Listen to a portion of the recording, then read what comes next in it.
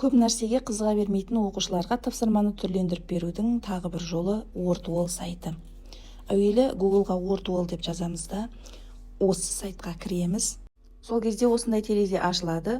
Бұл жерден зарегистрироваться деп біз әуелі сайтқа тіркелуіміз керек. Енді осындай терезе ашылады. Бұл жерде Google аккаунт арқылы тіркелу дегенді таңдаймыз. Ең оңай жолы, сөйтіп аккаунтыңызды таңдайсыз да, ары қарай продолжить деп басып сайтқа өтеміз. Сайтқа өткеннен кейін осындай терезе ашылады. Бұл жерден создать занятие деген таңдаймыз. Сол кезде әртүрлі тапсырманың үлгілері шығады.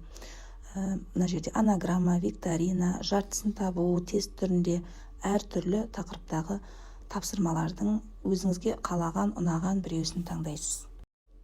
Мен осы жерден сопоставить деген, яғни сәйкестендіру дегенді таңдаймын. Себебі кішкентай сыныптарға құрастырамын. Мына жерде тақырыбын жазасыз тапсырманың. Мен мысалы Астана деп жазып қоямын. Астана тақырыбында синонимдерге қатысты болғаннан кейін тақырыпты осылай жаздым. Енді ключевые слова деген жерге керек сөздерімізді жазып қоямыз. Мысалы елорда. Ал екінші жақта жауабы ол Астана. Одан кейін екінші, үшінші жолақтарға да тағы солай жазып шығамыз. Қажет болса астында тұрған добавить элемент деген жерге де басып, сол жерден тағы да бір нұсқасын қосуымызға болады. Бір емес, бірнеше нұсқасын қосуымызға болады. Барлық сәйкестендіруді жазып болғаннан кейін выполнены деген батырманы басамыз. Сол кезде біздің тапсырмамыз сақталады. Енді начать дегенді басып, ойын қалай жүзеге асатынын көруімізге болады. Мінекей, сәйкестендіруді осылай оқушылар әр сөзді өзінің тұсына синонимдерін таба отырып сәйкестендіреді. Енді тапсырма ұнап тұрса, оны поделиться деп төмен жағындағы батырманы басу арқылы басқалармен бөлісе аламыз. Бұл жерден сыныпты және де пәнді таңдаймыз да, ары қарай опубликовать деген батырманы басамыз. Осы кезде сілтеме шығады, оны көшіріп алып, оқушылармен бөлісеміз. Енді осы өзіміздің құрастырған тапсырмамыз қайда сақталады десек, бұл сайтқа кірген кезде мои занятия деген батырма бар, соны басқан кезде сіздің құрастырған тапсырмаңыз тұрады. Енді создать занятие дегенге барып, тағы да бір тапсырма құрастырып көрейік. Мысалы, викторина деген таңдайтын болсақ, бұл жерде әрине тест күйінше тағы да тапсырмамыздың тақырыбын жазамыз. Мысалы, мен есімдік деп алдым, және бірінші сұрақты жазасыз. Әр сұрақтың астында жауап тұрады.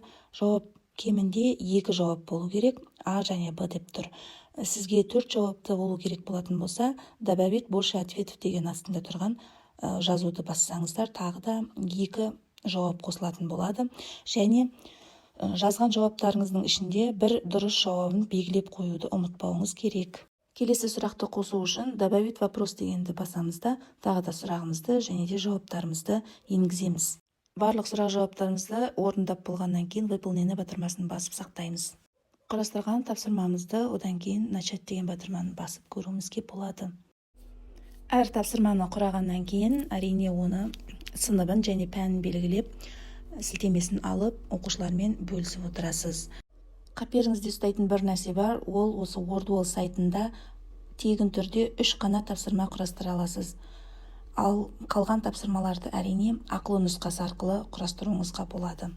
Құрметті әріптестер, айтылған ақпараттар сіздерге пайдалы болса, лайк басып, комментарий жазып қолдау көрсете отырыңыздар, және де таныс әріптестеріңізбен осы видеоны бөлісуді ұмытпаңыз.